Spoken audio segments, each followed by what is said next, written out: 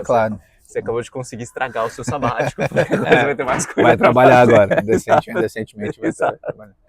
Mas eu fiquei curioso que você falou do negócio do Oriente Médio. Então, quando eu cheguei, a primeira vez que eu fui pra lá, em janeiro desse ano, final de janeiro desse ano, eu cheguei pela primeira vez em Abu Dhabi. Não conhecia nada, só de orelhada.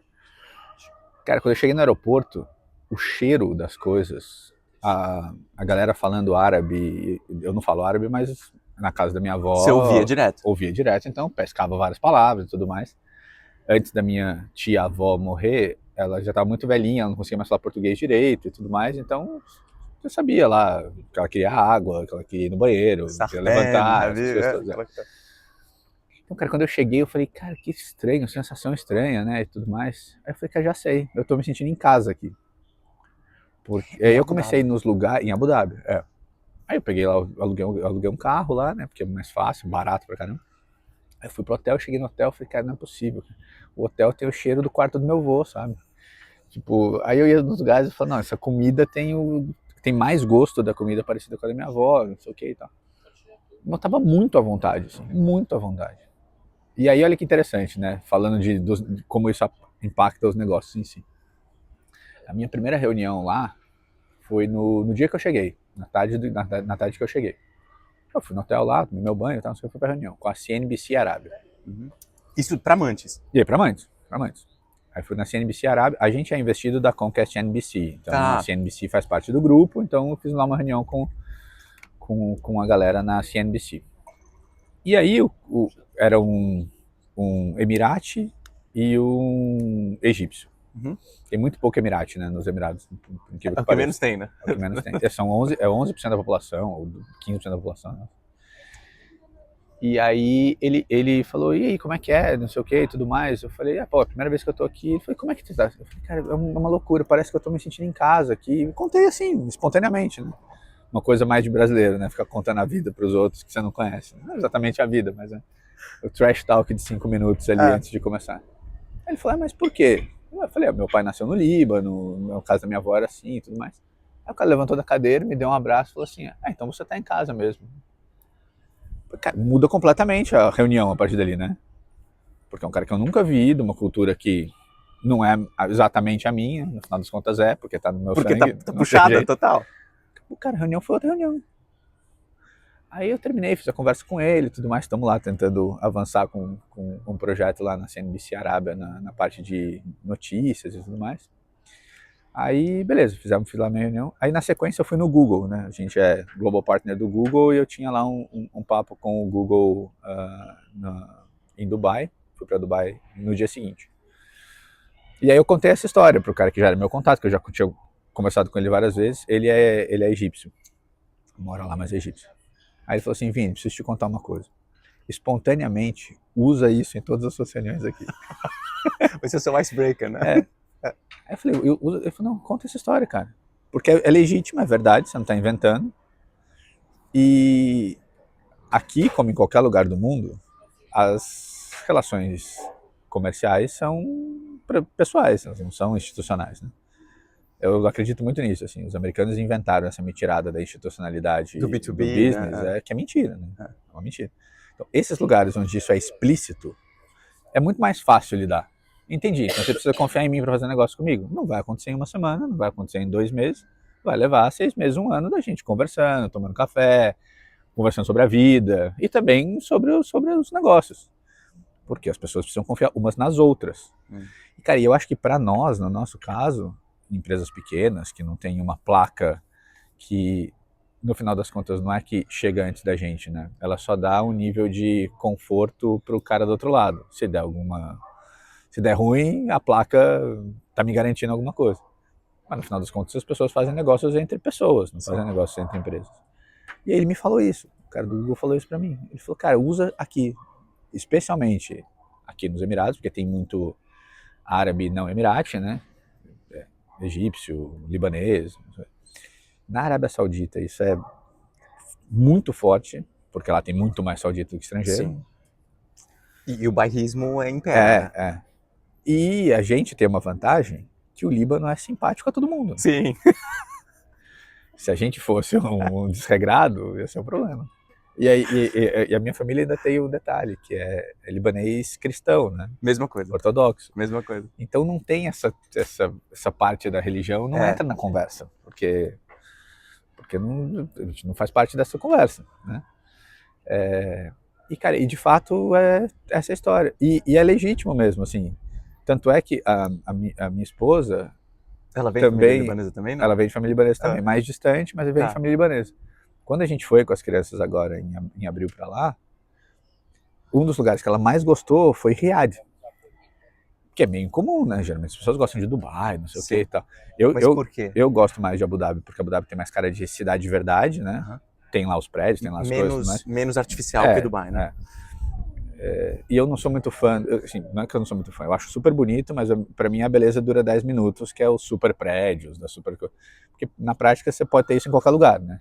Agora, sei lá, a praça do Sheik em Abu Dhabi, onde tem um restaurante Michelin muito bom, inclusive, quando você for lá. Esse é um dos que não é caro, é bom. Cara, é uma praça árabe, entendeu? Em que a arquitetura do museu, que tem, sei lá, o centro cultural que tem, não tem 10 anos, os caras fizeram uma arquitetura como se aquilo tivesse 5 mil anos. Isso, bom, entendi. Então, eu tô numa cidade cosmopolita, capital do país. Mas pensada com a cultura deles. Super legal, sabe? Super legal. E a Natália gostou de Riad, porque Riad é uma capital muito grande, né? É muito cosmopolita. E ela está nesse processo de modernização, né? De modernização, eu não gosto de usar muito essa expressão, porque... Então, ocidentalização, talvez? É um pouco mais ocidentalização. E como está sendo muito presente a mudança de diretriz do príncipe, né? O país, basicamente, há 3, 4 anos atrás, trocou de governança, né? O rei continua sendo o mesmo, mas saiu o filho mais velho e eu não lembro se é o filho mais novo ou se é o do meio, mas acho que é o mais novo, que é um cara super progressista. Tanto é que eu acho que o filho mais velho morreu recentemente, acho que 2 semanas atrás. Sim. Esse cara foi que instituiu a lei de que as mulheres poderiam dirigir, que elas poderiam trabalhar no que elas quisessem. Agora, recentemente, elas podem se vestir como elas quiserem, sem o consentimento da família. E, cara, isso tá mudando a sociedade numa velocidade bizarra. Alucinante, né? Bizarra. Tem um exemplo interessante que lá em Riad eu fui ainda lá nas minhas primeiras viagens em janeiro, fevereiro para o Oriente Médio, eu fui no Saudi Media Forum, que é uma versão dos eventos de mídia globais, tipo IBC, NAB, etc., mas versão Oriente Médio. E os eventos de mídia globais são muito masculinos, assim, toxicamente masculinos. Numa combinação são homens brancos velhos, com todos os seus viés e preconceitos, e com poucas mulheres, muito pontualmente, basicamente de 2 estereótipos. As super profissionais bizarras que seria inevitável estar nas posições que elas estão, né? Anyway, diretoras e presidentes e etc., que outstanding, que devem ter sofrido todo o processo com seus 50, 60 desenvolvido anos. A casca, E os troféus, né? Então, é aquela moça com estética bonita, que está numa posição meio que qualquer um poderia... O que é muito estranho, muito ruim, assim, para uma indústria que precisa de energias diversas, né? Afinal, mídia, né? É criatividade, cultura e etc. Minha surpresa em Riad, no evento, 50% a 60% do público era feminino. Não só do público dos attendees, mas dos expositores. Dos que estavam expositores. Não sei o quê. Eu fiz 12 reuniões, 8 foram lideradas por mulheres. Caramba. Dos speakers, 30% eram mulheres. E aí você fala, cara, mas peraí, no Oriente Médio, você tá na Arábia Saudita, né? Então, cara, essas coisas dessas viagens culturalmente que a gente estava falando antes, precisa destruir esses paradigmas. Então, hoje em dia, quando eu ouço das pessoas sobre lugares que elas criaram expectativas, um imaginário baseado em qualquer coisa que sabe-se lá qual é, na verdade sabe que é o direcionamento que elas foram tendo. Aquilo que você foi ouvindo a sua vida toda. Né? A construção do storytelling para fortalecer os winners e enfraquecer quem você quer manter distante. Cara, para mim, assim, eu virei o paladino de falar, mas eu entendi, mas quantas vezes você foi para a Arábia Saudita? Não conheço. Putz, eu acho que vale você precisa ir 1, 2, 3, 10 vezes, passar semana lá, Quando você for pra lá, não aluga um hotel de rede americana, aluga um hotel de rede local. É bom, é muito bom. Garanto pra você. Vai ficar num 4 estrelas, 5 estrelas, muito bom. Precisa pagar menos. Bonito, super. Mas fica num de rede local. No café da manhã vai ter British Coffee, British Continental Breakfast. breakfast. Vai comer coisa do, sabe? Vai comer um falafelzinho, vai tomar uma sopinha de ossos, sabe? Vai curtir a cultura local. Aí eu conheci duas pessoas muito legais, um brasileiro inclusive que trabalha no Comitê Olímpico Saudita, e ele me fez uma provocação interessante. Ele falou assim, hoje em dia ele vive lá há 10 anos. Ele falou assim, Em Riad. em Riad. Ele vive lá há 10 anos. Ele falou assim, hoje em dia eu posso afirmar sem nenhuma dificuldade que as mulheres são mais livres na Arábia Saudita do que em qualquer país ocidental. Eu falei, mas como assim? Ele falou, aqui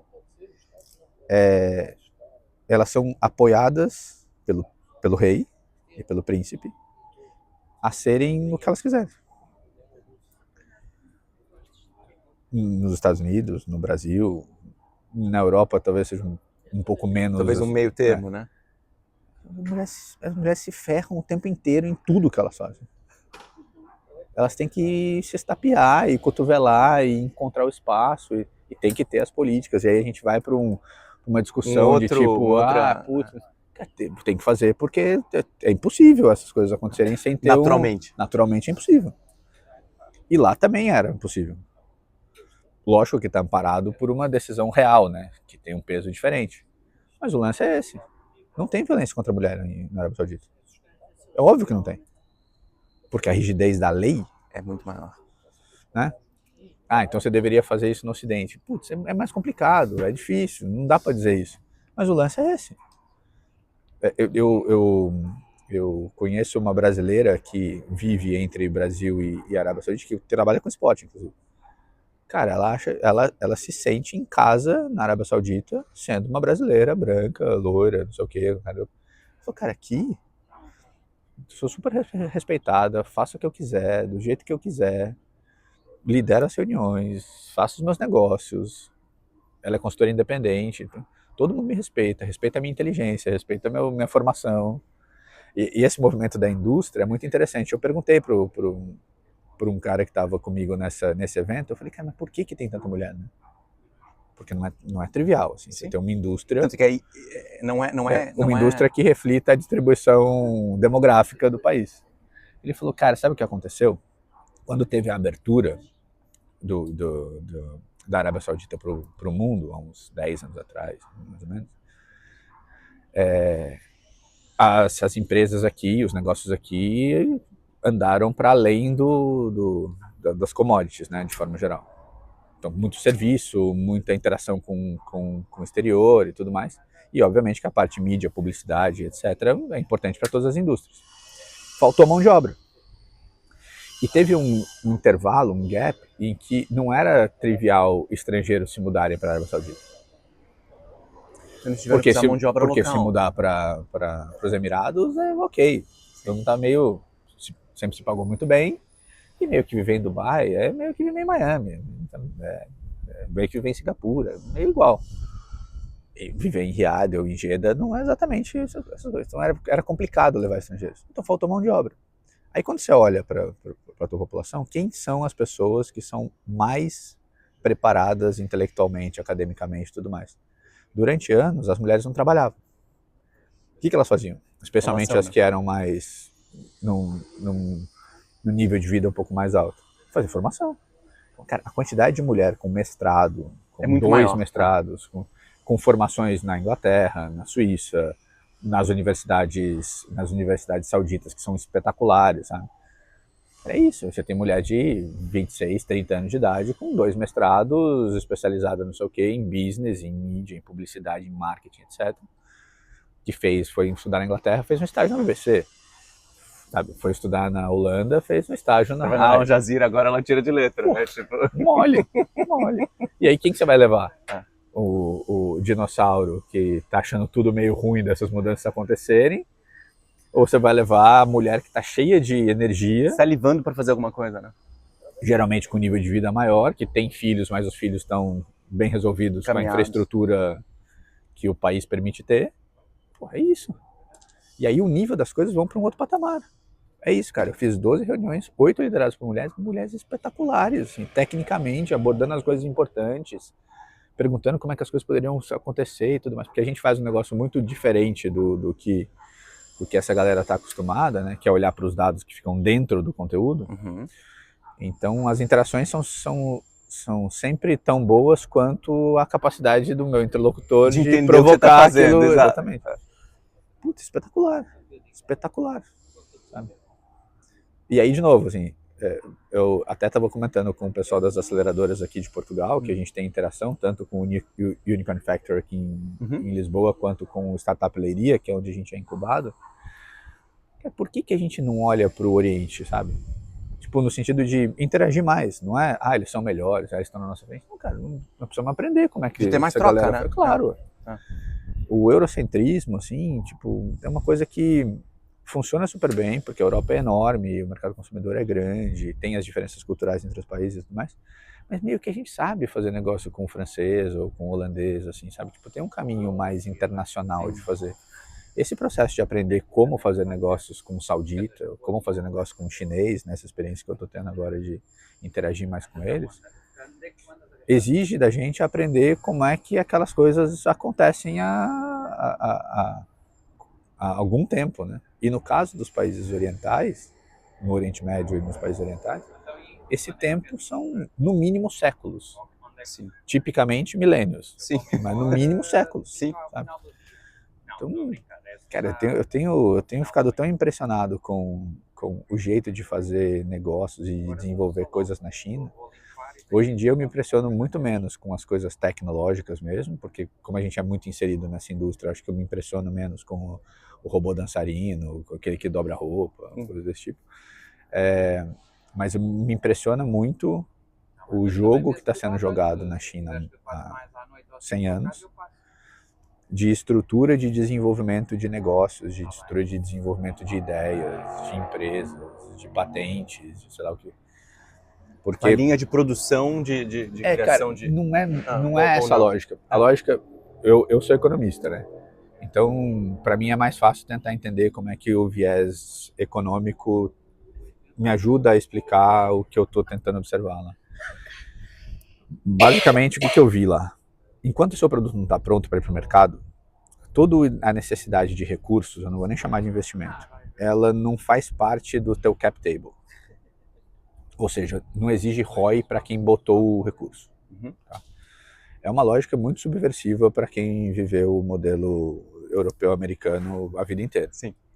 Quando a gente fundou a Amantes, as primeiras libras, né, porque a empresa está na Inglaterra, que a gente colocou, os 4 fundadores inicialmente, a gente olhava para aquilo e falava, precisamos medir o ROI disso no dia seguinte. Quando que esse dinheiro vai voltar para a gente? Vai voltar com quanto multiplicador? Isso não existia. Existia um conceito de um troço que há quase 9 anos atrás virou um outro negócio que não tem nada a ver. Que já deve ter mudado muito no processo. Já mudou. E demorou 2 anos para ter um produto. E esse produto se modificou e hoje é uma outra coisa que não tem nada a ver. A dinâmica na China é, quando você está criando alguma coisa, e precisa dos recursos que você precisar. Recursos humanos, obviamente, recursos acadêmicos, recursos físicos, né? Um escritório, um galpão, uma máquina, recursos financeiros para comprar, licenciar coisas, etc. Essa dinâmica, isso pode durar 2 anos, 5 anos, 10 anos, não importa. Esse dinheiro, ele não tem uma métrica de ROI para quem botou o dinheiro. Porque a lógica que eu percebi lá, isso tem muito a ver com essa, fazendo um parênteses rápido, assim, que é outro convite para que as pessoas conheçam culturas diferentes. Eu particularmente, tinha sempre muita dificuldade de tirar os óculos para tentar olhar de uma forma com o mínimo de viés possível. Né? Ainda mais quando a semântica das palavras são diferentes em países diferentes, com palavras que são muito parecidas, tipo comunismo.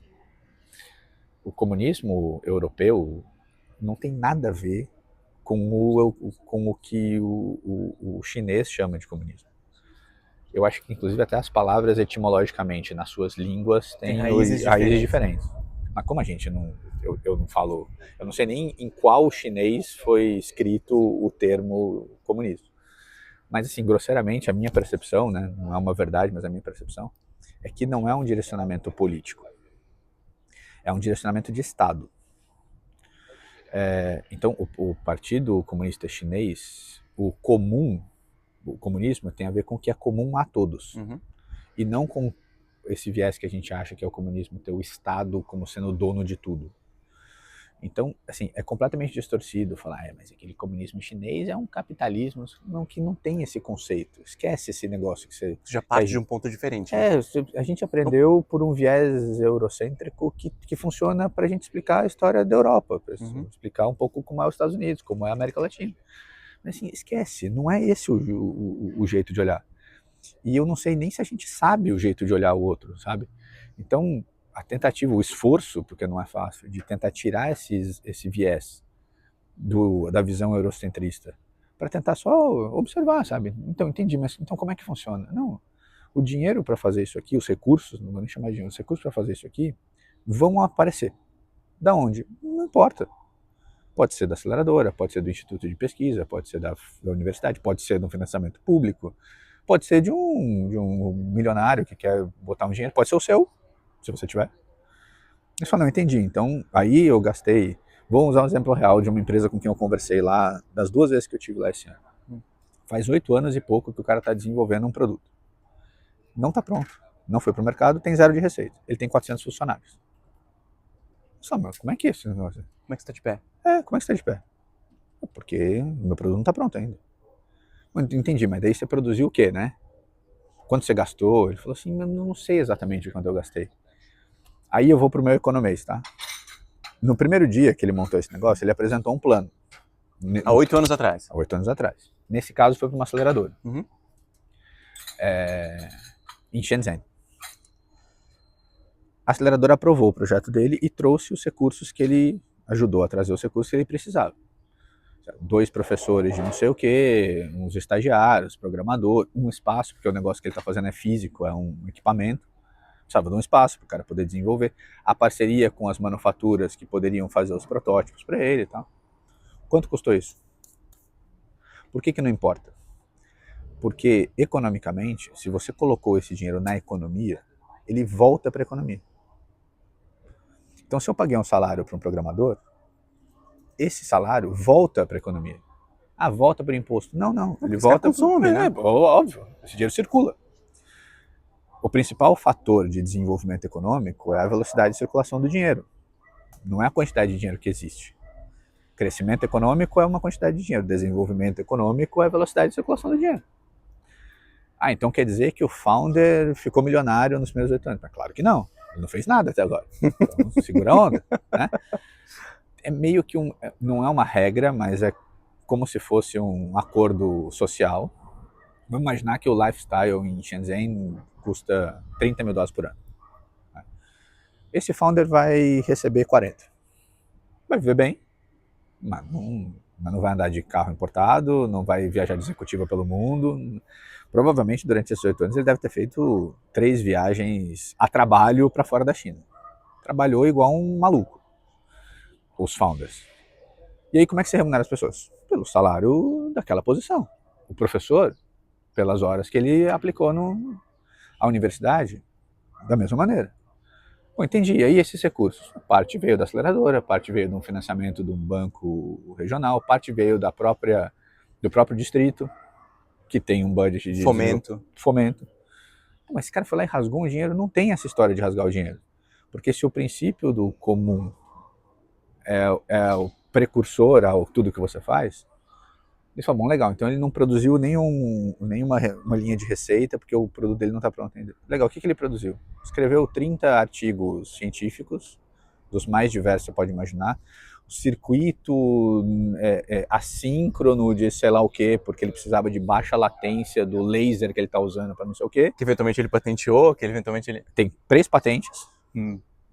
Isso foi, cara, só isso aqui, disponível para a sociedade... Para o comum, né? Para o comum. Porque não importa o quanto dinheiro você gastou. Não interessa. Só isso já é, já é o suficiente. Aí você fala, mas isso não bastaria. Não bastaria, porque ele foi lá e pagou o salário das pessoas, elas consumiram, a economia local girou. Trouxe as pessoas para trabalhar perto de um lugar que eventualmente... então aí o galpão dele ficava no Prime Place de Shenzhen. Não, né? Ficava onde tinha disponibilidade para ele ter lá o... Fui visitar, cara, a fábrica, não é uma fábrica, mas assim, o galpão do cara é um galpão de, sei lá, 2.000 metros quadrados, porque ele precisa de espaço, é um equipamento de físico, sensoriamento, não sei o que e tal. Tem 400 funcionários, tem 8 anos a empresa, não tem uma linha de receita, não tem produto pronto. E aí você fala, não, então ele não retornou nada. Claro que ele retornou, é óbvio, só que o conceito do ROI é o retorno sobre o investimento de quem fez. O retorno pro todo que ele apresentou, não tem como medir. Provavelmente é vezes mais. Então não importa se o dinheiro foi 1 ou 10, ou 100, ou... Não importa. Porque é sempre um multiplicador do dinheiro que você colocou. Sempre vai ser um multiplicador do dinheiro que você colocou. Porque ele pagou os funcionários, porque ele produziu os artigos científicos, porque ele produziu as patentes, porque ele foi lá e comprou o equipamento da manufatura que fez o chip para ele testar o laser, não sei o quê. Ele fez o dinheiro circular. E se o dinheiro circula, a economia se desenvolve. E aí isso não precisa ir para a China para aprender. Os pensadores econômicos eurocêntricos já falaram isso há 300 anos atrás. 300 anos. Legal, aí o cara foi lá e criou o produto.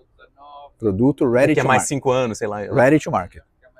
Também conversei com gente que fez, que o caminho não foi tão longo, que fez isso em 1 ano, em 2, em 5, depende, né? Tem um muito interessante, cara, que é uma empresa de equipamento de esqui, que eu visitei. Ele me contou essa história de um jeito diferente, uma história parecida, mas de um jeito diferente. Quando o seu produto está pronto, basicamente você tem 2 trilhas para escolher. Uma é acessar o mercado local. Dependendo do que você faz, provavelmente vai ser mais do que suficiente para você ter trabalho para o resto da sua vida.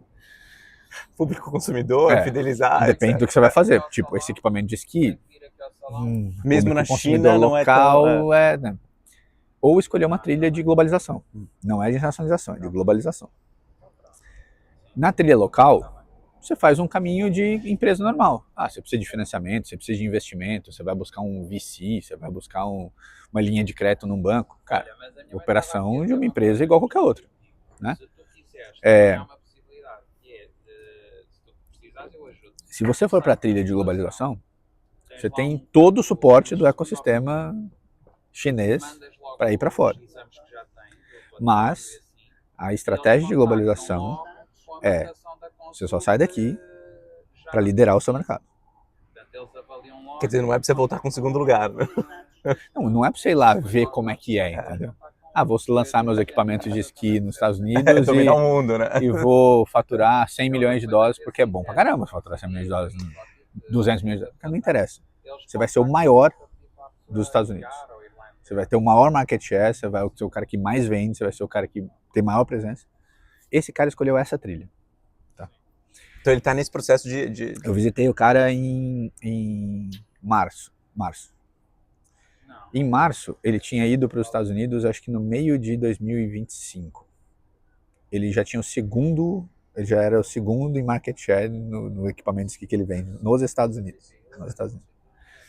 Aí qual é a lógica de você se globalizar? Você precisa ter 2 componentes. Seu produto tem que ser o melhor e o teu preço tem que ser o mais baixo. Se você tiver a combinação dessas 2 coisas, provavelmente você vai liderar o mercado. Parece uma lógica muito, muito simples de ter. Tanto quanto racional. Então esse papo, quando a gente olha, eu olhava sem ter fora, esse conhecimento, né? Claro, o chinês vem aqui com esse preço ridículo, não sei o quê. Cara, você já entrou isso é by design, Você já entrou num carro chinês, de verdade, assim? Não só num BYD, num carro chinês, num Huawei. No Huawei, preciso falar o nome certo. No Huawei. É o melhor carro que você já entrou na sua vida. Esquece. O design é mais bonito, a tecnologia não dá, o tecido, o acabamento, não dá. É o melhor disparado. Quando a Huawei decidir que ela vai vender carros na Europa, esquece, acabou. Você disse que eles estão na trilha doméstica, ainda não na trilha... E aperfeiçoando, o automobilismo, de forma geral, lá, a indústria automobilística, de forma geral, não tem uma trilha de globalização ainda. a história da BYD é muito interessante. A BYD não faz carro. Sabe quantos anos tem a BYD? 75. Tem 75 anos? 75 anos. Ela é uma fabricante de bateria. By the way, ela começou a colocar nos carros. Por que ela fez... Essa é a história que eu contei, não sei se é verdade. Por que ela começou a fazer... te contaram. Por que ela começou a fazer carro? Ela é a maior fornecedora de baterias da Europa. Tá. Há algum tempo. Há algum tempo já. Um jeito dela começar a aperfeiçoar a presença dela nos mercados era criando os próprios carros. Mas ela é uma fabricante de baterias. Se você for conversar com o senior management da BYD, eles não fabricam carros. Cara, essa é uma outra lógica muito legal para a gente falar aqui. Que tem a ver com essa dinâmica de desenvolvimento, como essas coisas se conectam. E como que você enxerga o seu produto, a sua empresa e etc. Por uma feliz coincidência, a maneira como a gente está enxergando a Amantes nos últimos 2 anos tem muito fit com essa visão. Por uma coincidência.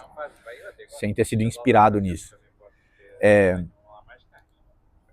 A visão estratégica das empresas chinesas, mesmo as de grande porte, eles tentam ser o mais simplista possível. Do tipo, o que a Huawei faz? Cara, tudo que ela faz é igual para ela. É uma combinação, vou chutar, tá, que eu não me lembro, de um motor elétrico, não era um motor, era um motor ou um giroscópio, câmera, tela e sensor. Eles falam, tá, tudo bem, então o que a Huawei faz? Ela faz televisão, computador, telefone celular, caixinha de som, carro, chip de GPU. Não entendi. Então são todas permutações desses elementos. Não é legal? Aí você... tanto quanto oriental nessa questão, não sei se Exatamente. essenciais, né? Os essenciais. Assim.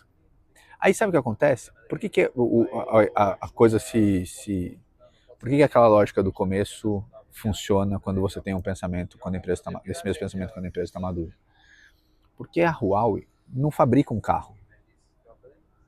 Ela desenha o projeto do carro, pensa o projeto do carro. Ela tem muito conhecimento sobre a combinação dos elementos que ela escolheu. Vamos imaginar que eu lembrei que são esses 4 elementos. Uhum. E ela vai lá e entrega para um fabricante de carro. Cara, você vai fazer esse carro aqui, para mim. Esse fabricante de carro faz carro para Huawei, faz carro para Xiaomi, faz carro para Xpeng, faz carro para BYD. Ele eventualmente não faz nem só carro. Provavelmente ele faz uma empilhadeira, provavelmente. Ou o cara que monta o chassi não é o mesmo cara que faz o vidro. Então, essa lógica de linha de produção fordista não precisa ter. Porque não existe um fabricante de carro, entende?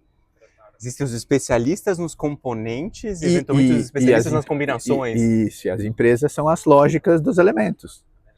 Cara, é surreal. Eu tive um contato muito interessante com uma empresa chamada Sanmina, eu acho, que ela faz terminal de autoatendimento, inclusive está espalhado pelo mundo inteiro. Eles são os líderes globais, por exemplo. Tá.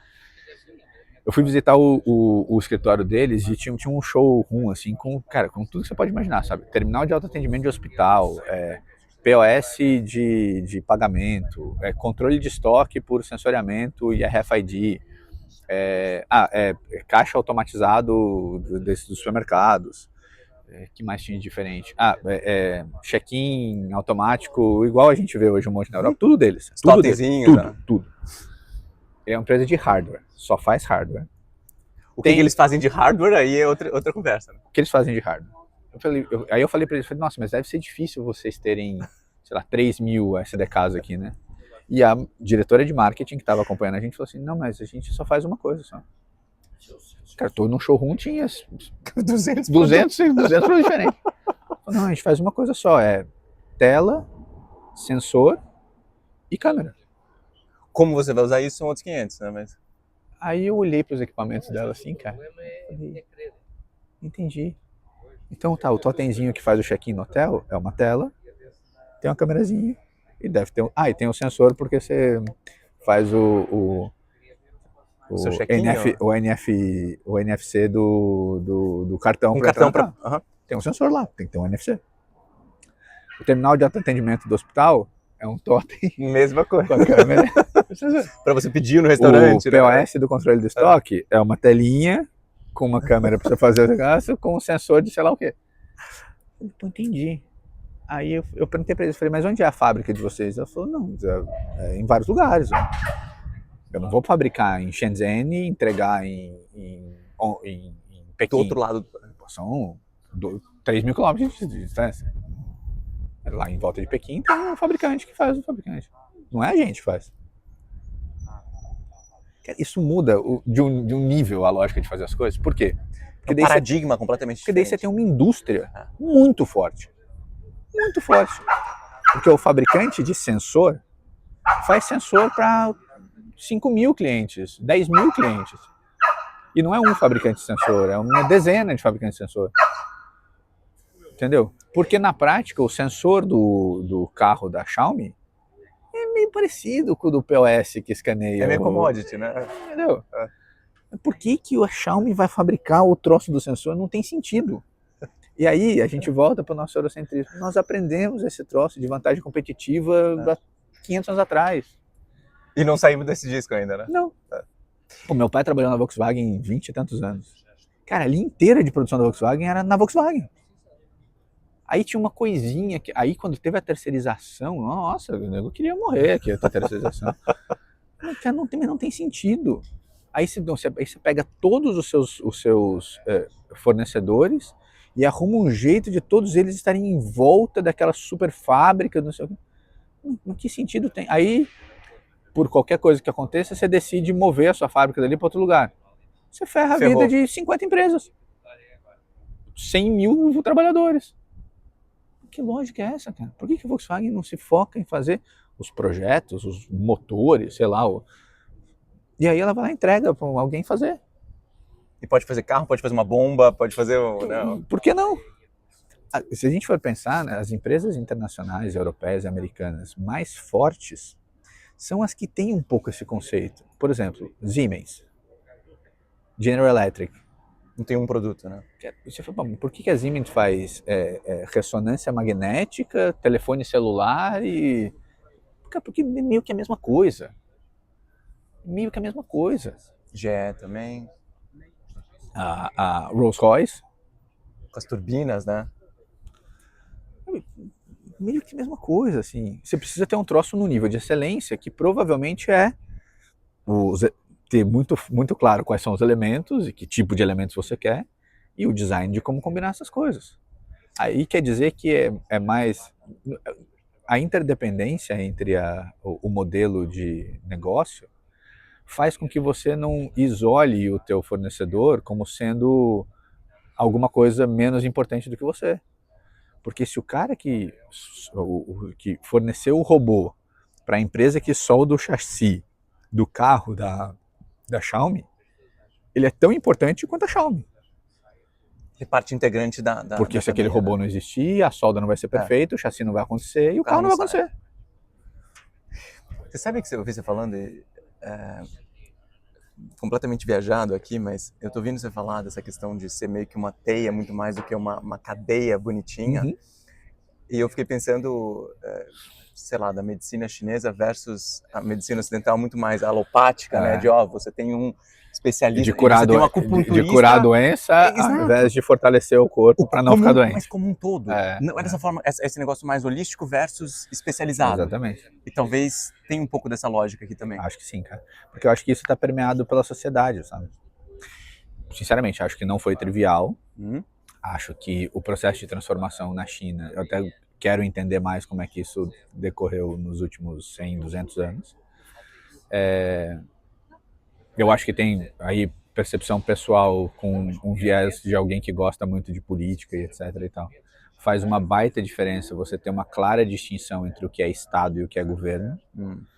E nós, na Europa, temos pouquíssima clareza disso.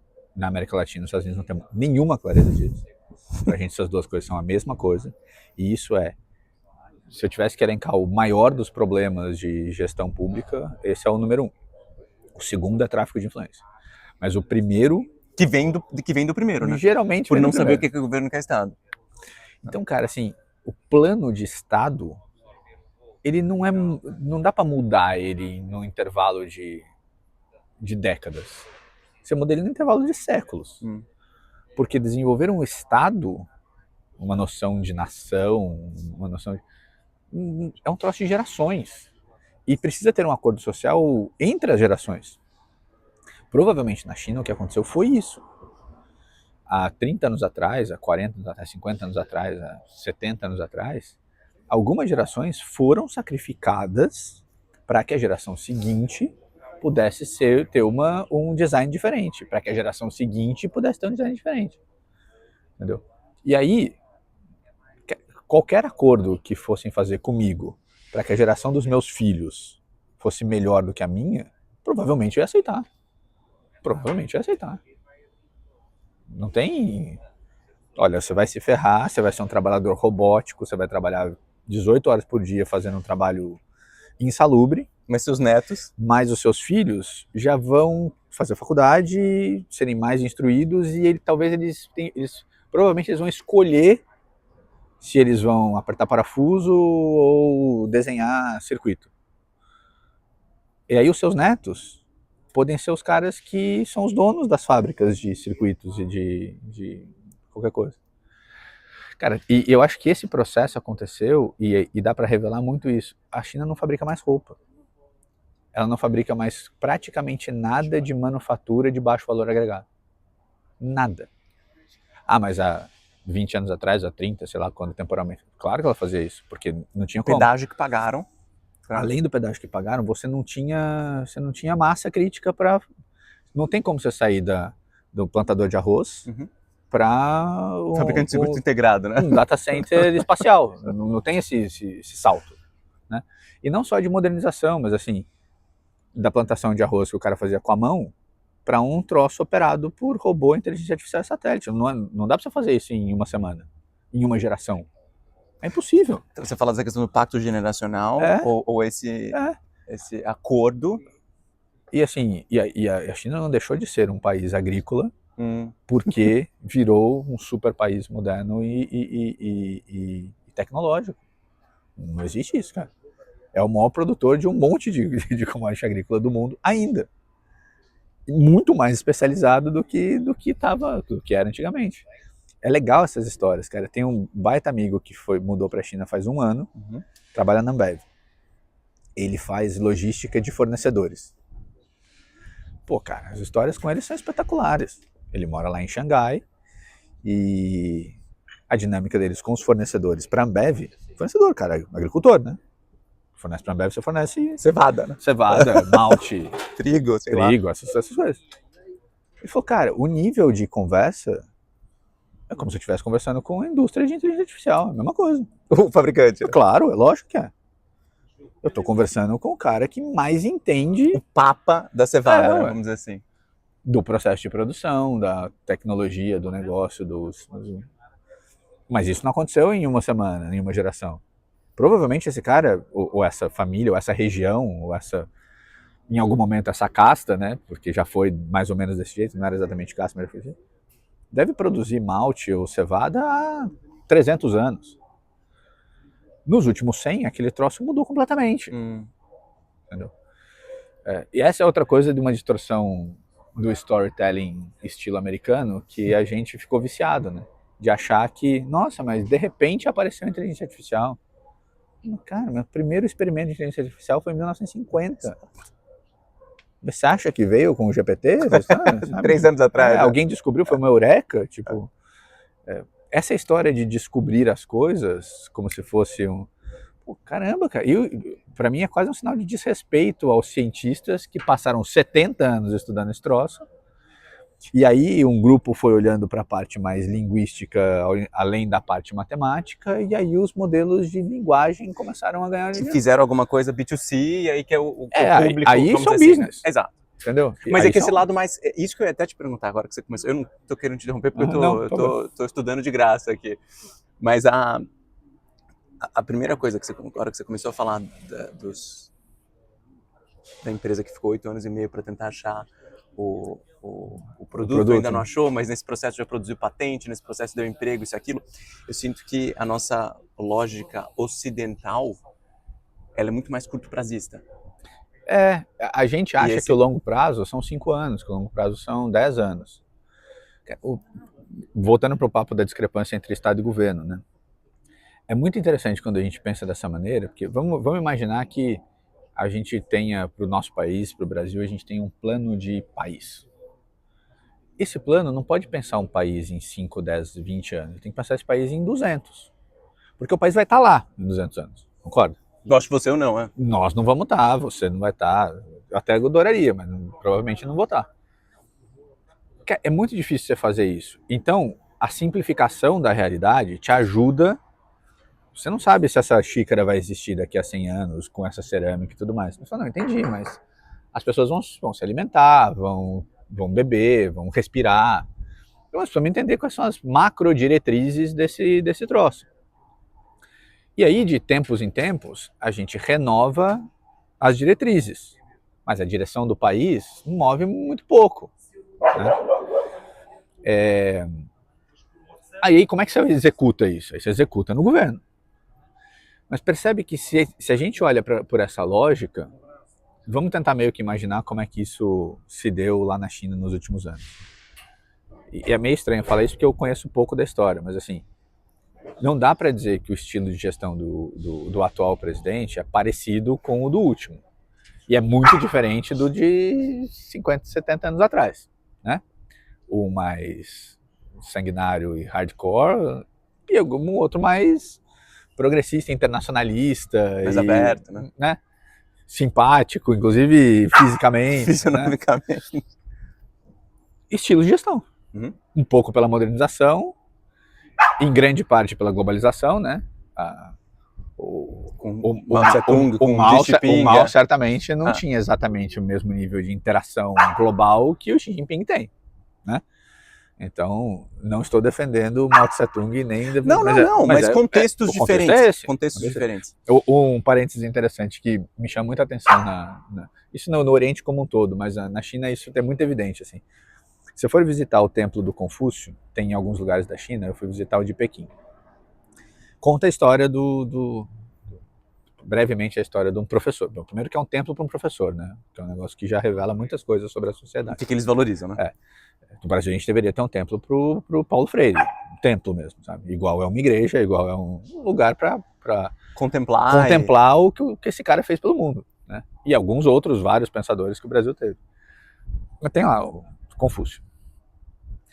Parte da história do Confúcio ele inventa a universidade, que por princípio traz a universalidade de um conhecimento com alguma estrutura, né? Com um framework definido. A história por trás disso, simplificadamente nas minhas palavras, em algum momento do tempo, há 3.000 anos atrás, a educação era uma coisa para rico. A educação estruturada era uma coisa para rico. E o país estava se tornando mais complexo. Ainda não tinha muito uma ideia de país, mas era uma nação, estava se tornando mais complexo. Com necessidades de várias coisas acontecerem simultaneamente, portanto, com mais pessoas com um nível de qualificação vindo de uma estrutura de conhecimento, de um nível de conhecimento estruturado, que só 0, nada por cento da população camada tinha. acessava. Então, existia educação pública, superior, para a camada da população rica. O que não fazia sentido mais naquele momento. Basicamente, o que o Confúcio tenta trazer cara, a universidade é um meio de fazer com que isso esteja mais acessível à unidade coletivo. Ao coletivo. Muito alinhado com o que deu origem ao Partido Comunista anos depois. Mas não aquela dinastia, que eu não sei qual não aquele jeito de pensar o plano de Estado, que não tinha ainda talvez essa clareza do que era um Estado. Na prática, ele fundou a primeira universidade privada para atender gente que não era da elite. O conceito de privado e público, que a gente distorceu nos últimos anos, é quem gere e não quem paga.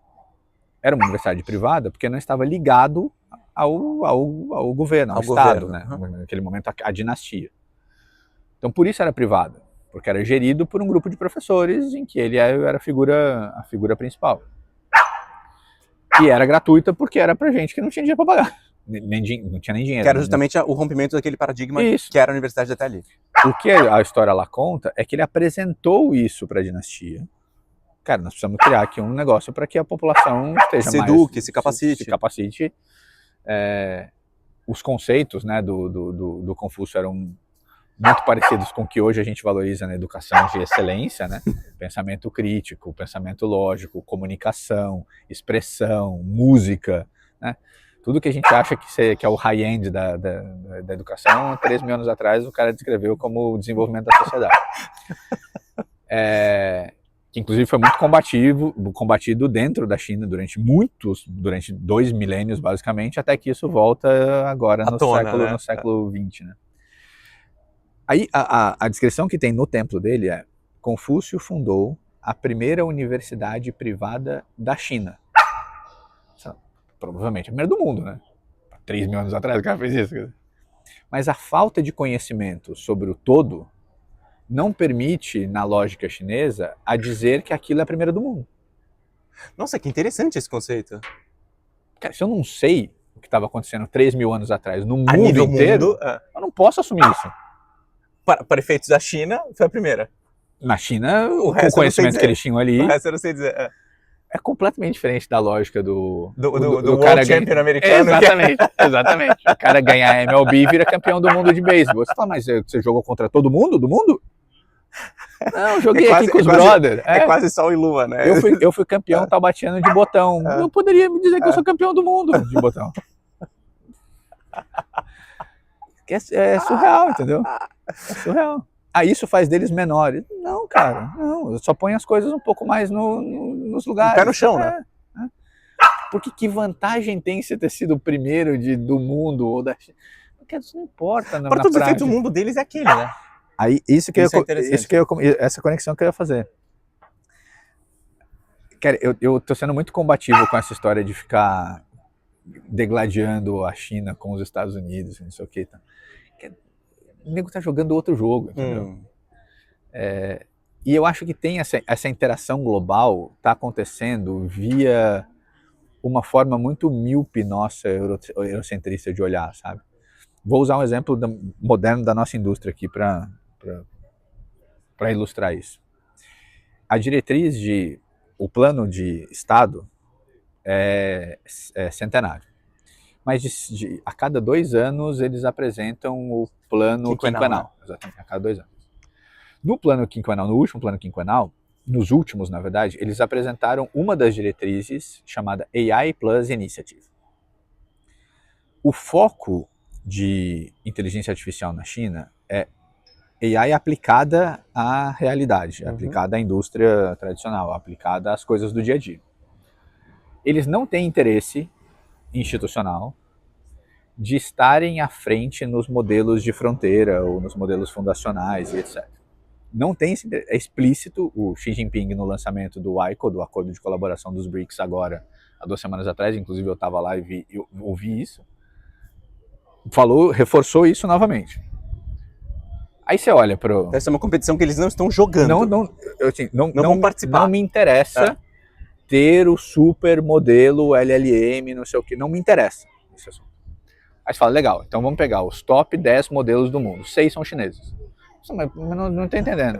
O cara não tá jogando esse jogo. Ele tá ganhando. Mas o GLM, o Kimi, o Quen, o Minimax, etc., estão na lista dos melhores. Então, Bom, entendi. Então, volta para a diretriz. Qual é a diretriz? AI Plus Initiative é a aplicação de inteligência artificial na vida das pessoas, de forma sistêmica. Pô, legal. Vamos olhar para a nossa indústria, tá? E um dos interesses legais que a gente está tendo lá na China é porque o assunto de usar inteligência artificial e dados em mídia ainda é muito incipiente, é pouco discutido lá dentro. Tá. Robótica, logística, finanças e etc. Estão tocando terror lá. Mas vamos pegar o nosso caso. A gente usa modelos de inteligência artificial para extrair dado de conteúdo audiovisual, de várias naturezas. Centenas de milhares de dados por hora. Cara, se eu não tenho modelos de linguagem super potentes, eu não consigo fazer isso. Mas o objetivo é fazer isso. Não é fazer o modelo. O modelo é só a condição precedente que eu... Ele é um meio para um fim. Eu preciso da condição precedente para... mas vou entrar na corrida para os chips, GPUs... Eu entendi, mas para quê? Não, porque eu quero usar o chip. Não, então vamos focar em usar o chip. E aí, com isso, a Huawei vai produzir o dela, a Xiaomi vai fazer o dela, vão criar uma nova empresa de chip lá dentro, que vai ser focada em ter uma dinâmica meio parecida com a da NVIDIA. Legal, isso vai acontecer. Mas para quê? Para ter o chip? Não, esquece o chip. O chip você fala que a diretriz é focada na aplicabilidade, né? Nesse caso, E, by the way, eles tiveram que desenvolver os modelos. Na mesma lógica do papo do carro. Sem querer entraram no top 10. Na mesma lógica do papo do carro, do papo do autoatendimento. Não entendi, cara. Mas então, o que eu vou resolver? Eu vou resolver um monte de problema. Um monte de problema. Com o quê? Com uma combinação de 3 elementos. Com uma permutações desses 3 elementos. Então, cara, o reforço nessas indústrias, por exemplo, no WIC, né, no World AI Conference que eu participei agora, 80% da feira, tanto de exibição quanto dos congressos, eram focados em robótica. Uma boa parte falando sobre AGI. Mas o papo lá não é a AGI que vai comer a sua cabeça, entendeu? É como é que você tem um robô autônomo que consegue se adaptar ao dia a dia e ao uso sem a necessidade intensa de uma programação prévia. Puta, isso é legal. Por esse lado, essa AGI, que poderia ser um mix da inteligência artificial de linguagem com machine learning. É mais com essa cara. Não é a AGI desse autônomo e criar ele a própria linguagem e se juntar e dominar o mundo e comer a sua cabeça. Isso é bobo falar dessas coisas. Sabe? Não tem sentido. O lance é, cara, como é que você chega num shopping center, como tem na China, vários shopping centers, e compra um robô. Sai com um robô de 1,20 m de altura, bota na tua casa pra fazer o quê? Eu não sei, depende. Tarefas do dia a dia. Na minha casa vai ser uma coisa, na sua vai ser outra. E tem que ensinar o mínimo possível, né? E tem Isso. que promptá-lo o mínimo possível. Eu comprei para as crianças um ursinho de pelúcia que tem DeepSeek interno controlado pelo meu celular. O que eu fiz? Como é que funciona? Tem um aplicativo que é igual ao aplicativo do Google Home, etc., de automação doméstica. E lá você conecta o bichinho de pelúcia, que é conectado por Wi-Fi na internet. Você escreve a descrição de quem é aquele personagem. Eu escrevi lá. Até fiz uma curta, preciso fazer uma mais profunda para as crianças. Meu nome é tal, eu sou o urso de pelúcia do Arthur e do Martim, eu falo inglês, português e mandarim, eu gosto de contar histórias, de cantar músicas e de responder perguntas do dia a dia. Escrevi um textão do que eu não faço. Então, você tem os seus guardrails também, né? Os guardrails todos ali. Criei o personagem. Eles batizaram o urso, chama Balu. Então você instanciou também o nome dele depois? Tá lá. Eu sou o Balu. Assim, você criou um agentezinho. Simplificadamente você criou um agente. Tá lá, tá publicado. Eu ligo o robô, meus filhos pegam o robô. Balu, bom dia. Bom dia, Arthur. O Martim tá com você? Balu, eu queria que você contasse a história assim, assim, assado. Ok, deixa eu procurar a história. Eu vou contar a história pra você. Cara, olha só. Meus filhos estão usando inteligência artificial na veia. O melhor efeito disso que está acontecendo é que eles estão abandonando o consumo de televisão, que era bizarro na minha casa. Porque eles estão interagindo, conversando, com uma criança de 3 anos e meio que está no momento de articular mais e tudo mais. Se ele não fala direitinho, o robô não entende, né? Então, às vezes, o robô não entende. E aí eu falei para eles, você tem que falar de novo, porque se você não falar direitinho, pausadamente, ele não vai entender você. Ele é um urso de pelúcia, né? Ele não é igual o papai que tenta ficar te entendendo e tudo mais. Tá sendo divertidíssimo. Tem coisa que o robô não consegue fazer. E é legal, porque ele tem os olhinhos, são telas, né? Então ele mexe, interage, abre o olho, se abraça, ele é meio um urso gatinho, assim, sabe? Faz uns barulhinhos. Então tem toda essa fofura de brinquedinho. Do tátil também, né? Do tátil, é um urso de pelúcia. Só que ali dentro tá rodando Eu escolhi não ter câmera por N razões. um viés de segurança. Mas tá lá, cara, tá interagindo com os meus filhos e pergunta do Arthur, do Martim, ele se apresenta. Aí ontem a moça que limpa a nossa casa, ontem não, na segunda-feira, que eu cheguei no final de semana, na segunda-feira ela foi limpar a nossa casa. Eu falei pra eles, traz o Balu pra Andressa conhecer. Aí ele trouxe o Balu, ligou o Balu, mas falou, Balu, essa aqui é a Andressa. Aí ele falou, oi Andressa, eu sou o Balu, amigo do Arthur e do Martim. Contou a historinha que eu tinha escrito pra ele. Putz, eles estão adorando a história. Voltando para o que a gente estava falando. Cara, tá usando inteligência artificial. Não importa se lá atrás tem um DeepSeek rodando, qual que é o tem modelo, um GLM. Dane-se, não importa. O que importa é que você pegou lá aqueles fundacionais de fronteira potentes e se pegou uma fração daquilo que cabe num consumo super baixo a ponto de ser de graça, né? Porque aquilo está, na verdade, se alimentando dos dados que a gente está fornecendo para eles, essa é a moeda de troca ali. Cara, para coisas básicas, sem o viés de... Esse é o caminho das coisas. Aonde que você viu aqui, ou nos Estados Unidos, ou uma loja vendendo robôs de inteligência artificial para crianças? Cadê a loja daqui fazendo isso? Não tem. Não tem. Queria te fazer uma pergunta para a gente encerrar, porque eu tinha visto, acho que da outra vez que a gente foi conversar, eu tinha visto no teu perfil empresas, enfim, que você já foi mentor, fundador, etc. E tinha uma que me chamou a atenção pelo nome, eu fui procurar o que era, que chamava Tem Açúcar. Tem Açúcar. Que era a rede social... Foi conselheiro de vizinhos. Exato. Estamos falando de IA, que é meio batida, etc. E eu achei legal esse exemplo do urso, que está meio que criando aí a convivência dos seus filhos, no certo sentido, ensinando-os essa parte de sociabilizar, tal. Como é que você vê... Futurologia barata. Mas como é que você vê esses próximos anos com IA? Você acha que a gente vai precisar mais ou menos desse contato social? Nossa, como é que a gente vai? Muito, cara. Acho que vai precisar muito. Eu não... E para que lado que ela vai levar a gente? Eu não acredito muito nas hypes que são meios para o fim, sabe? Usando o exemplo, já que você olhou lá para o meu histórico de atividades, eu trabalhei a maior parte da minha vida no mercado financeiro, né? O mercado financeiro, no mesmo exemplo que a gente estava dando aqui dos modelos de fronteira e das aplicações, eu acho que a coisa que mais me incomodava nos últimos anos no mercado financeiro era o dinheiro sendo o fim, sabe? Porque, no final das contas, são poucas as coisas que são fim, que elas se bastam, né? Quando você chega ali, elas se bastam. Por isso que elas são tão difíceis de ter, assim, já dando uma resposta mais filosófica, assim. Sei lá, por exemplo, a alegria dos meus filhos é um fim.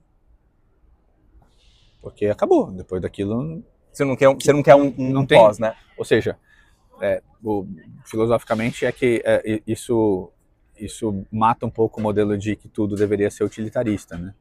Porque na prática, alegria, felicidade, amor é inútil, né? Porque ele não tem uma utilidade para alguma coisa, ele tem um fim, ele é um por fim si em si mesmo. próprio.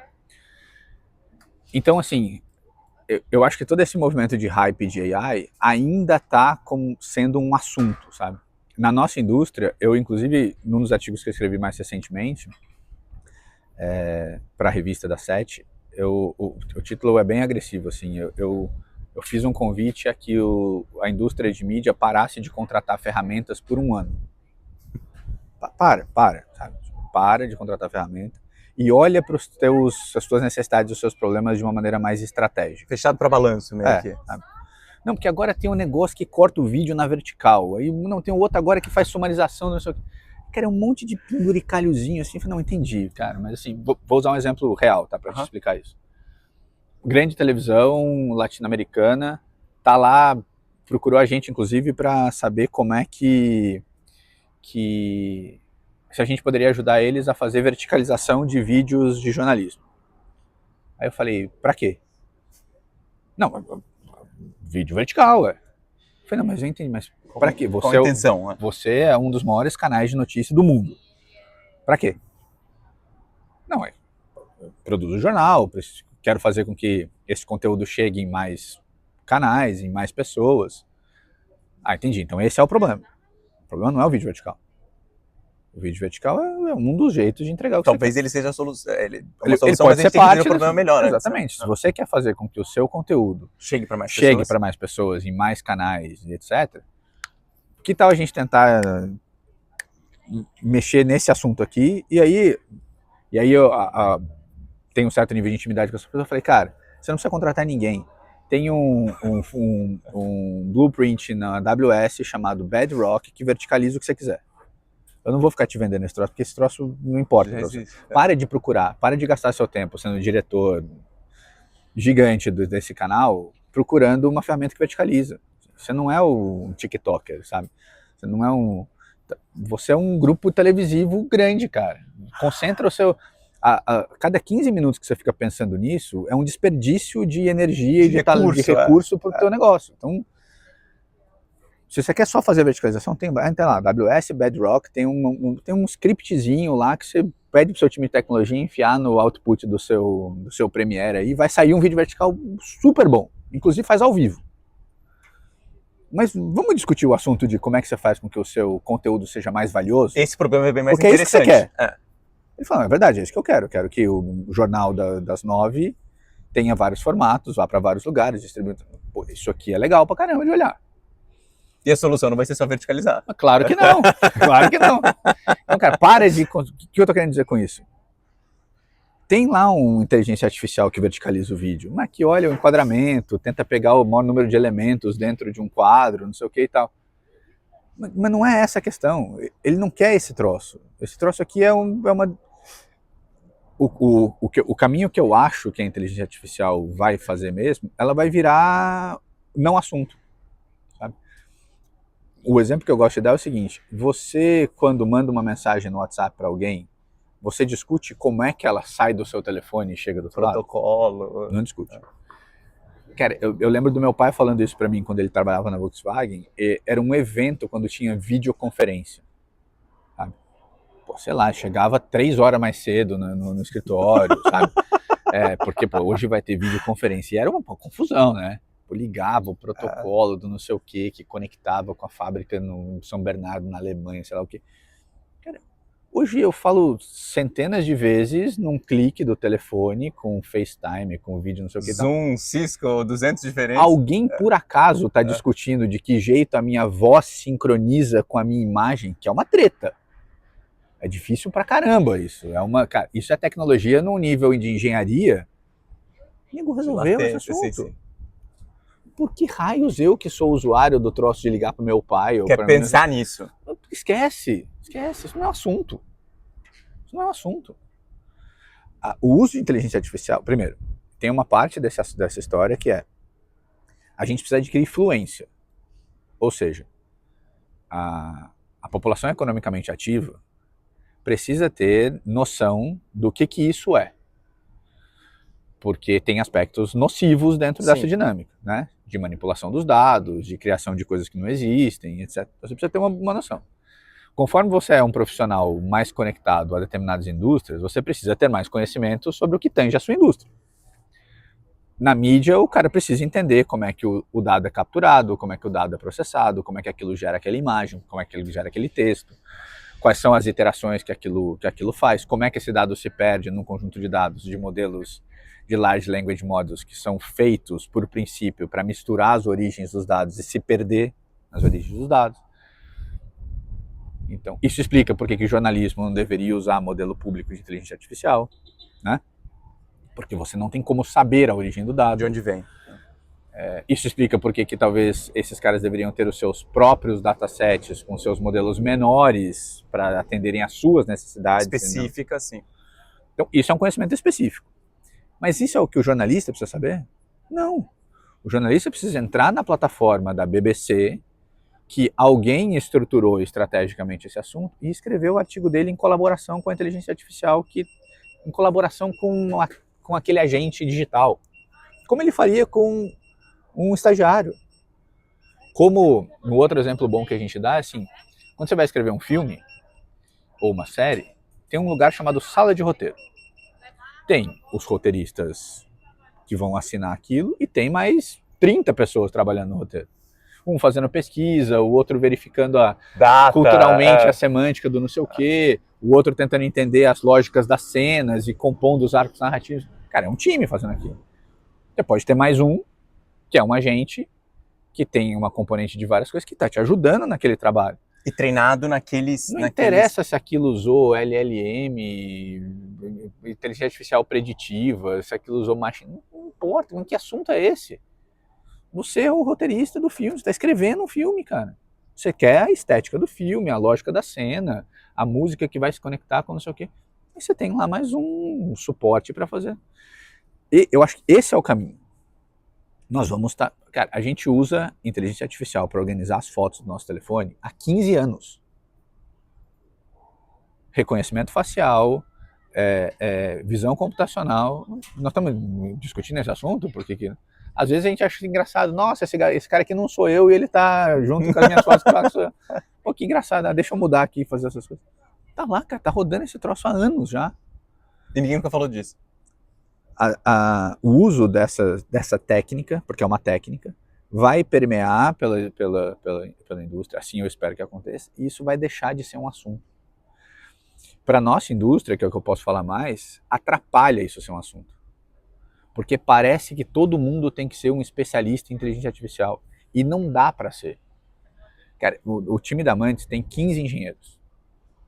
O nosso chefe de R&D de inteligência artificial é um cara com PhD em visão computacional de monitoramento de florestas via satélite. Esquece, ninguém vai ter o nível de conhecimento dele no intervalo de 2 anos que o cara passou 15 estudando. Mas não dá, que o cara é o super especialista num troço super complexo. Assim como eu sou um especialista em derivativo quando eu estava trabalhando no mercado financeiro. Não é trivial você sair operando opção porque o cara vendeu o curso na internet. Não é, cara. Não é, entendeu?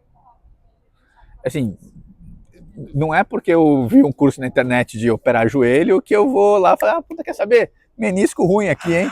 Deixa eu dar. Pô, não dá, cara. Não dá. Então é isso, sabe? A dinâmica toda é assim, vou usar o exemplo do joelho, né, que eu tenho meu joelho operado. Não é eu machucar o joelho e falar, puta, quer saber? Vou fazer medicina. Porque daí agora eu vou saber... Não, cara. Pô, tem o profissional super qualificado que entende desse assunto e vai lá e vai te entregar. O que você quer no final das contas? Que o seu joelho sare, que conserte lá e amarre o que precisa amarrar e parafuso o que precisa resolver, entendeu? Eu não quero saber se ele está usando anestesia como, né? do troço. Você está pensando no outcome, né? Você está pensando no resultado. Se eu quiser saber, é good to know. É legal, é um conhecimento interessante, mas assim, por que raios a gente fica discutindo o modelo do não sei o que? Cara, você precisa ter governança. Quanto mais profissional é o seu uso de qualquer coisa, maior precisa ser o seu conhecimento das bases, né? Na indústria do que a gente atua. Não dá para você discutir cinematografia sem você ter conhecimento sobre como uma câmera funciona, por que coloração é um troço importante, etc. Não dá para discutir no mesmo nível. Mas, de novo, você é o super especialista desse troço. Aí você vai lá no cinema, vai assistir o filme novo do Homem-Aranha e fala, não. Na prática eu não gostei muito do filme porque, putz, a coloração nessa troca de cena, o cara pecou um pouquinho, sabe? Não é pra isso, você vai pro cinema pro entretenimento. Sim. Do roteiro, da música, do conjunto. Do conjunto, entendeu? Eu acho que a gente tá nesse momento. Primeiro, porque a grande maioria dos usuários de inteligência artificial generativa acha que esse troço nasceu faz 4 anos. E já que a gente está falando de cinema, cara, tem que assistir lá o Teoria de Tudo e o... Como chama o outro que é do Turing? Imitation Game. Imitation Game. Sabe? Tá lá, cara, 1950.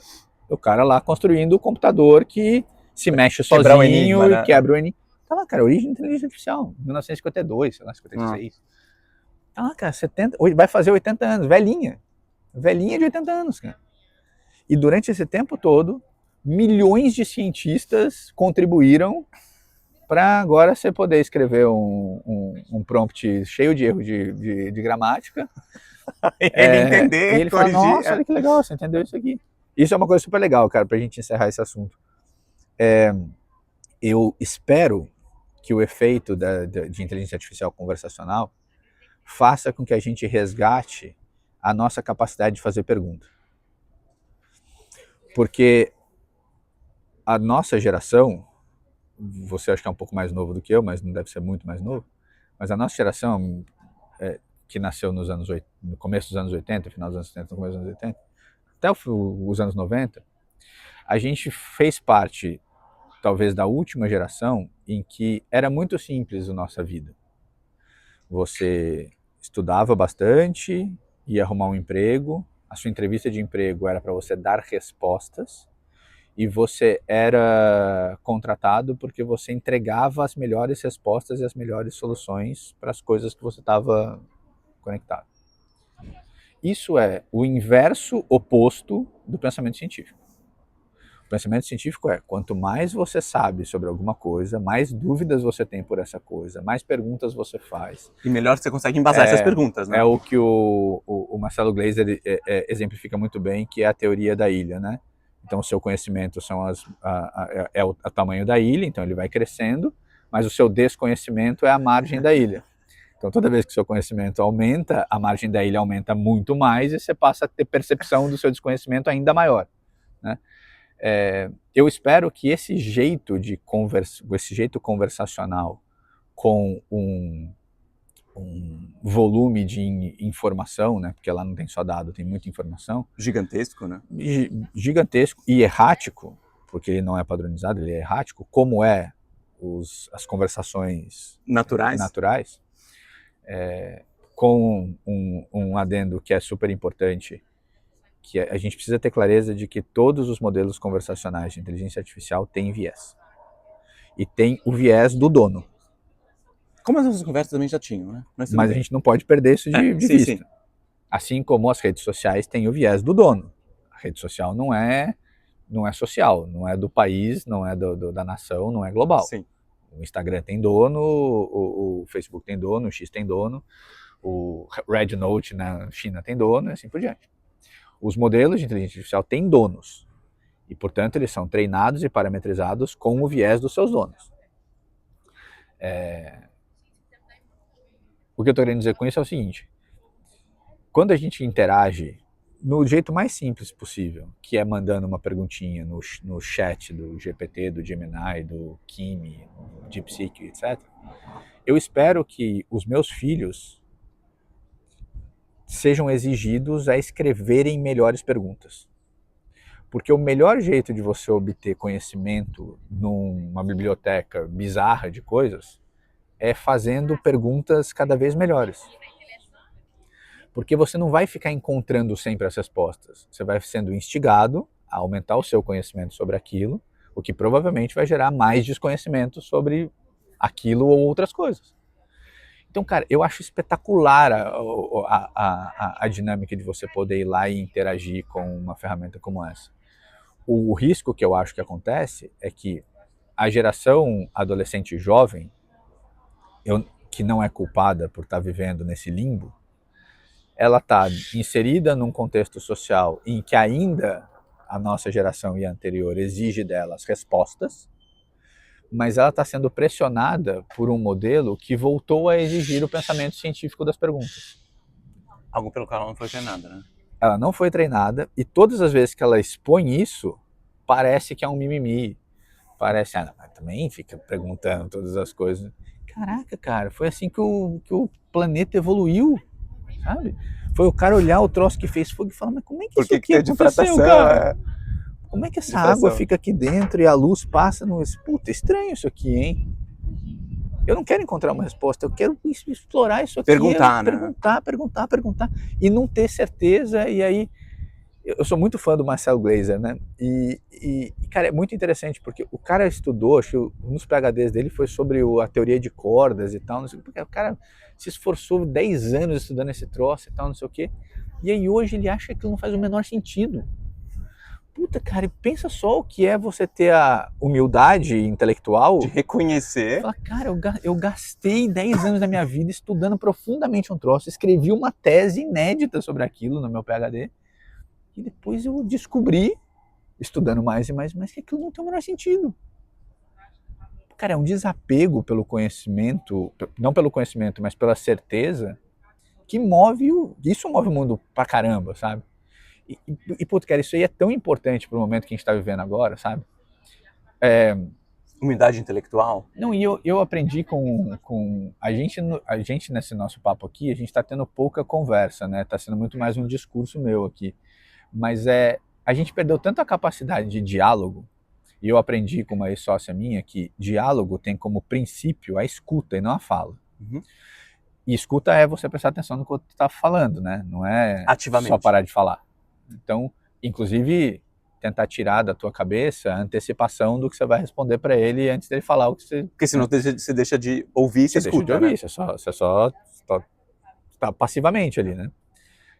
E, cara, tem muito essa cara na nossa sociedade atual, sabe? Tipo, eu tô olhando pros debates de redes sociais por causa das eleições no Brasil, não tem debate nenhum. Fica um cara falando bizarramente sobre um assunto X, qualquer que seja ele, e o outro cara tá fazendo outra coisa mentalmente, ele tá fazendo outra coisa da vida. Ele não está naquele momento... Ele não tá presente, né? Depois que você ouviu, você pode achar o absurdo que for, você pode ter seu contra-argumento, você pode estruturar o seu pensamento, mas um fez um discurso, ou seja, um discurso, e o outro fez um discurso. São threads paralelos, né? Se aquilo tivesse junto ou separado, se aquilo tivesse gravado junto ou separado, se um tivesse no banheiro e o outro tivesse numa montanha, não ia mudar em nada. Não ia mudar em nada. E, portanto, os dois, ao invés de saírem desse momento melhores, eles necessariamente saem piores porque eles se estressaram. E eventualmente se polarizaram mais, né? É inevitável, porque se não tem diálogo, não tem diálogo. Assim, eu tenho muita dificuldade de dosar a polarização. Para mim, polarização é igual gravidez, sabe? Assim, ou existe ou não existe. Uma vez que está polarizado, acabou, cara. Não tem o que fazer. Não importa se é pouco ou muito. Não importa se é pouco ou muito. É igual corrupção, sabe? Tipo, não interessa se você lesou algo sem defesa, que é lesar o erário público, mas não interessa qual é o tamanho. O grau, né? Não interessa. O interessa é que você fez uma coisa que quem foi afetado não tem nem condição de se defender. Se você roubou um dinheiro público, ou se você fez um tráfico de influência e afetou o erário público não tem como levantar uma espada, ele não tinha como pular da frente do carro. Não tem como. Sabe? É o jeito mais covarde de fazer as coisas. É a mesma coisa que lesar uma criança, sabe? Sim. Um bebê. Não tem como, não tem defesa. Então, numa dinâmica como essa, voltando para o papo da inteligência artificial, cara, eu quero muito que essa coisa se estresse mesmo e que a gente vai passar essa hype, né? Porque todos os movimentos antropológicos são feitos por exageros e estabilizações, porque daí isso não vai ser mais um assunto, entendeu? E aí tomara que o uso dessas coisas seja uma componente do desenvolvimento da sociedade. A gente usava a enciclopédia, ou não sei o que e tal, meus filhos vão usar uma tela, tá tudo certo, sabe?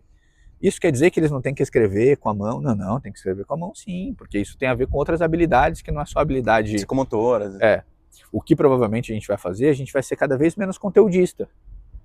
E a coisa legal é que se a gente volta para o Confúcio ou para os grandes caras que pensaram desenvolvimento educacional ao longo da história, o papo é raciocínio lógico, linguagem, comunicação, expressão corporal, música, arte, criatividade. Essas são coisas que não tem nada a ver com inteligência artificial, entendeu? A inteligência artificial pode potencializar todas essas coisas, porque o conhecimento organizado, e por isso que é importante saber que a inteligência artificial é tão antiga, porque, cara, isso é um conjunto de modelos matemáticos e equações e computação que foi criada por uma série de pessoas que estavam fazendo perguntas do porquê que as coisas não podiam ser de um outro jeito, sabe? Essas são as capacidades legais das coisas acontecerem. E, portanto, a escolha de como é que esse caminho vai acontecer depende das pessoas que estão interagindo com isso. Eu sou responsável pelos meus filhos usarem a maior quantidade de tecnologia disponível possível do jeito que eu acho que pode beneficiar eles e a sociedade. Não eles usando o Balu para nunca mais conversar com os colegas de escola, sabe? Eu acho que na semana que vem eles têm que levar o Balu para a sala de aula deles e a galera, todo mundo conversar com o Balu. Quem sabe eu não falo pro Balu que agora ele fala em mais idiomas, E que são os ele idiomas adequa que com os tem na coleguinhas, sala, né? para que a Lucy, que fala chinês, fale chinês com o Balu. Para que o Mark, que é irlandês sueco, fale sueco com o Balu. E aí as crianças vão ver que aquele bonequinho fala a língua do coleguinha que... Puta, olha que legal, cara. Olha que legal. Tem o jeito de fazer o contrário. O Martim e o Arthur podem se isolar e ficarem conversando só com o Balu por causa da vida deles e não fazerem mais nenhum. Pra quê? Isso pode ser uma ponte, né? Pra quê? A pergunta, de novo, pra mim a questão sempre é: qual é a pergunta por trás disso? Eu não quero que os meus filhos interajam com as outras pessoas. Na nossa conversa do início era: por que eu quero que a bolha dos meus filhos seja a menor possível? Claro que eu não quero. Dependendo de onde você vive, isso é uma necessidade, não é uma escolha. A minha liberdade é menor, não é maior. A minha liberdade é maior quando eu posso estourar essas bolhas, ou fazer com que eles naveguem por bolhas diferentes. Quando você pode escolher, né? Naveguem por bolhas diferentes. Então eu acho que todo esse arcabouço de inteligência artificial que tem sido popularizado potencializa a hype, potencializa o movimento antropológico em cima da coisa, vai ter um monte de... Espero que sejam menos catástrofes do que algumas outras evoluções tecnológicas que a gente teve ao longo da história. Não só as trágicas de verdade, tipo o Oppenheimers da vida, mas o Fordismo, cara. O Fordismo serviu por um intervalo de tempo muito específico. Sim. Mas achar que todas as pessoas do mundo funcionam das 8 às 5 e que seu filho tem que entrar na escola às 7 da manhã e que você tem que ir todo dia pro teu trabalho, mas por que esse é o jeito que todo mundo, nas 8 bilhões de pessoas, deveria fazer? Por quê? Não é possível. É legal, funcionou por um tempo e talvez funcione super bem para um conjunto de pessoas. Num contexto específico. Num contexto específico, mas não é para funcionar para todo mundo. Não dá para ser assim. Então, eu acho que a tecnologia sempre evidencia muito essas coisas, sabe? O outro assunto sobre inteligência artificial que sempre aparece é o papo da relação com os empregos, né? Como é que eu gostaria de ver isso, da minha visão super positiva e otimista? Tomara que acabem todos os subempregos, todos os empregos insalubres, todos os empregos que são desperdícios de talentos humanos. Sei lá, o exemplo que eu sempre dou é o operador de pedágio. O cara tá numa situação horrorosa, pensa bem. Geralmente no meio do nada, cheirando cada vez menos monóxido de carbono, mas cheirando monóxido de carbono. Em alguns lugares do mundo super arriscado, porque dinheiro no espaço ermo e não sei o que. Tá. Acaba com esse cara, não é com esse cara, é com essa função, cargo, essa função não tem sentido. No Ike tinha vários robôs, por exemplo, fazendo manutenção de rede elétrica. Claro, cara, para de botar um humano para fazer um troço como esse, pelo amor de Deus. Vai subir numa torre elétrica, o cara pode cair, morrer, se eletrocutar. Bota um robô para fazer esse troço. Super especialista, preciso, não sei o que, não, mas ele não vai ter. Mas tá bom, mas se ele cair, morrer, não importa, entendeu? Dane-se o robô. Agora, pô, se o cara perder o dedo, se o cara se eletrocutar, se o cara cair... Cara, o dano para a sociedade de uma pessoa pra morrer... família, para a sociedade. É um estrago que não dá para medir. Põe um robô para fazer essa merda. O cara voaria, vai lá entrar no negócio, vai pegar... Acaba com esse negócio insalubre. Essa adoraria que acabasse.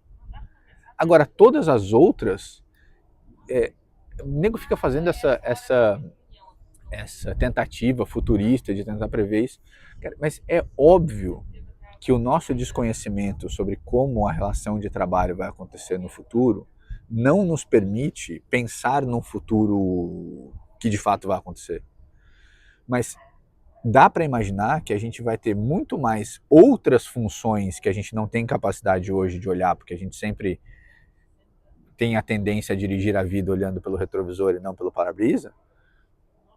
Então não vai ter mais médico, não vai ter mais advogado, mas sei lá, cara. Provavelmente o conhecimento do advogado vai ser útil para uma coisa que não é a mesma coisa dos últimos 20 anos. Eu sou economista de formação. Realmente eu acho que todo o conhecimento que eu adquiri na minha vida, no mercado financeiro, tanto a acadêmica quanto a profissional, ela é inútil para o que eu estou fazendo agora? Mas claro que não. Hoje em dia eu não consigo nem distinguir o que é uma coisa da outra. Provavelmente tem elementos da faculdade que eu fiz, dos cursos que eu fiz, etc. E também tem elementos da minha avó ter me ensinado a fazer mijadra no fogão da casa dela. Eu não tenho como distinguir essas duas coisas. Quando eu decido contratar alguém na Amantes ou ir para um caminho diferente, mas eu estou usando todas as coisas até esse presente momento. Educação formal e informal, né? Claro, até o café no fim gelado que eu tomei agora há pouco. Tudo isso fez parte das decisões que eu tomei, tudo isso fez parte. Por que eu vou negligenciar ter um assistente do meu lado com os viés que fui eu que direcionei para ele, que pode me ajudar a comprar um negócio, a decidir uma coisa para minha empresa, a interagir com meu filho de uma melhor maneira, a resolver um conflito? Por que não? Por que não? Não tem sentido. Ah, porque isso vai acabar com... Para com essa história. Para com essa história. De novo, o convite é: vai para os lugares que você nunca foi, vê como é que as pessoas vivem desse jeito. Cara, assim, pensa nessa conversa toda que a gente está tendo, que nesse momento você pode entrar num shopping em Shenzhen e comprar um robô. Que robô? Pode ser o bonitinho do que eu mandei para meus filhos, ou um 1,20 m, humanoide, assistente humanoide. Vai lá, compra, cara, custa 5 ou 6 mil euros. Ele vai fazer o quê? Sei lá, o que você precisa que ele faça. Ainda não está com a habilidade exatamente de fazer todos os trabalhos de casa, mas lá no Ike, por exemplo, tem uma coisa muito legal. Eles já estão conseguindo fazer os trabalhos domésticos finos, sabe? Tipo, pegar um copo e colocar na máquina de lavar, tirar a roupa da máquina, dobrar a roupa da máquina e guardar no lugar certo. Pô, isso vai acabar com o emprego da moça que trabalha na minha casa? Não, ela vai fazer uma coisa que não seja exatamente essa. Que tenha um conjunto de talentos, mas certamente ela tem mais talento do que isso, sabe? Sim. Certamente, eu estava falando sobre os empregos insalubres, né, primeiro. Outra sequência disso são os com baixo uso de talento humano, sabe? O exemplo que eu gosto é: você vai num show, por exemplo, ou vai num teatro, aí tem uma pessoa que chega para você e fala: qual que é o seu assento? Ah, não, é o G17. Cara, não é possível que o máximo de talento daquela pessoa é olhar o meu ticket e falar: então, é a fileira G, que está marcada no chão, número 7, não é possível que o máximo de talento intelectual dela, com todas as limitações, né, seja indicar para mim o meu lugar, que ela precisa estar num outro lugar, ela precisa fazer uma outra coisa. A tecnologia, muitas vezes na história, ela trouxe à evidência problemas que não são da tecnologia. Essa pessoa não estar alocada num lugar que desenvolva e que valorize os principais talentos dela é um problema da sociedade. Mas era estrutural e é um problema da sociedade. Não tem anterior à tecnologia. Não tem nada a ver com a tecnologia. Sim. O fato de agora você poder pegar o teu celular e ele indicar para você o caminhozinho no seu assento, no teatro ou no lugar do show, isso não pode ser visto como isso aqui matou o trabalho daquela pessoa. Cara, no limite, paga essa pessoa, se a questão é econômica, paga essa pessoa para não fazer nada. Porque isso não pode ser o maior talento dela, não dá. Não dá para admitir que esse é o maior talento dela. E o fato dela não estar desenvolvendo os maiores talentos dela é um problema da sociedade. Não é um problema da tecnologia. Não é o mensageiro, não mata o mensageiro pela mensagem que ele está trazendo. Será que aquela pessoa não é um baita músico? Será que aquela pessoa não é um médico que a gente não teve na capacidade? Será que não? Não sabemos. Sabemos que hoje ela passa 8 horas do dia dela dizendo o assento G, a fileira G e o assento número 7. E isso vai para todas as escalas. Sim. Para todas as escalas. E não tem fim. Porque não existe o máximo do talento. Não existe isso. Não existe.